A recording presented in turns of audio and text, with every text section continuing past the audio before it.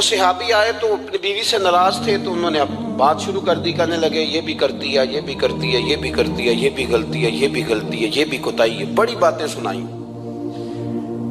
اللہ نے کان کتنے دیے اور زبان؟ اس کا مطلب ہے سنگل بولنا چاہیے اور ڈبل سننا چاہیے۔ آپ جتنا بولتے ہیں اس سے ڈبل سننے کا مزاج بنائیں، کیونکہ کان اللہ نے دو دی اور زبان سنگل بولنے اور ڈبل سنیں۔ حضور سنتے رہے، بلکہ حضرت ابو بردہ رضی اللہ تعالیٰ عنہ کہتے ہیں میرے محبوب نے نا تکیہ منگا لیا، ٹیک لگا لی۔ کئی لوگ کہتے ہیں نا جی ڈاکٹر نے میری بات تو پوری سنی کوئی نہیں، تو جب تک پوری سنی نہ جائے بعض بندوں کو تسلی نہیں ہوتی۔ پورا وقت دیا، وہ کہتے ہیں جتنا میرے اندر غبار تھا سارا میں نے نکالا اور میں نے ثابت کر دیا کہ میری بیوی میں یہ بھی کمزوری ہے، یہ بھی کمزوری ہے، یہ بھی کمزوری ہے۔ کہتے ہیں جب میں تھک گیا نا باتیں کر کر کے اور باتیں ختم ہو گئی تو حضور ہلکا سا مسکرائے، پھر پہلی نظر ہی لوٹ لے ماہی تیرے ہار شنگارا۔ کہتے ہیں حضور ہلکا سا مسکرائے زیر لب اور فرمانے لگے کہ تیری بات ختم ہو گئی ہے تو ایک میں بھی کر لوں۔ تو کہتے ہیں نبی کریم سید عالم صلی اللہ علیہ وسلم نے نا ساری باتیں سنی تو فرمایا کر لوں؟ تو میں نے کہا یا رسول اللہ کریں۔ تو نبی کریم صلی اللہ تعالیٰ علیہ وسلم فرمانے لگے صرف ایک بات کا جواب دے، صرف ایک، تیرے آگے ہیں یوں دبے لچے فصحا عرب کے بڑے بڑے، کوئی جانے منہ میں زبان نہیں بلکہ جسم میں جان نہیں۔ حضور فرمانے لگے یہ بتا کہ تیری بیوی میں ساریاں خامیاں ہی ہیں کہ کوئی خوبی بھی ہے؟ میں اتنا جواب دے دے، زیادہ لمبی چوڑی بات نہیں۔ تیری بیوی میں ساریاں خامیاں ہیں۔ اللہ جو بندے بناتا ہے نا تو ایسا کوئی بندہ رب کریم نے نہیں بنایا جس کے اندر اللہ نے کوئی خوبی نہ رکھی ہو۔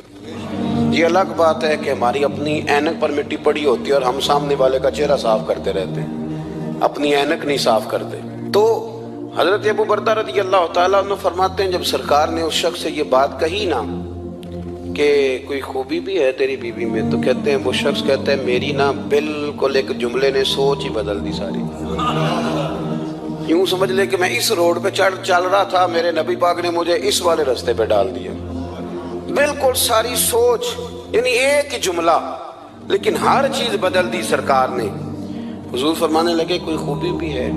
کہتے میں تھوڑی دیر چپ رہا، عرض کی یا رسول اللہ صلی اللہ علیہ وسلم آپ حکم کریں۔ تو حضور فرمانے لگے اپنی بیوی سے کبھی بغض نہ رکھو، اگر تمہیں اس کی خامیاں نظر آئیں تو اس بات پر توجہ کرو جو اس کے اندر خوبی ہو۔ کہتے ہیں میں نے اٹھ کے عرض کی یا رسول اللہ میری بیوی پردے کی بڑی پابند ہے، میری خوابگاہ میں کوئی دوسرا شخص کبھی پیر بھی نہیں رکھ سکتا۔ تو فرمایا جا پھر گھر جا کے بسا، جو سب سے اعلیٰ خوبی تھی وہ تو اللہ نے تیری بیوی کو عطا کی ہوئی ہے، گھر بسا۔ تو ایک تو سرکار کی ظاہری جو اللہ نے آپ کو حسن و جمال دیا تھا وہ بے مثل تھا، گفتگو کا جو ڈھب اور سلیقہ دیا تھا وہ بے مثل اور بے مثال تھا، اور پھر جو حضور کی ادائیں تھی نا کان خلقہ القرآن۔ حضرت عائشہ صدیقہ کہتی ہیں میرے محبوب کے اخلاق دیکھنے ہو تو قرآن پڑھو، جن اخلاق کا قرآن درس دیتا ہے وہ عملی طور پر سارے مدینے والے محبوب میں پائے جاتے تھے۔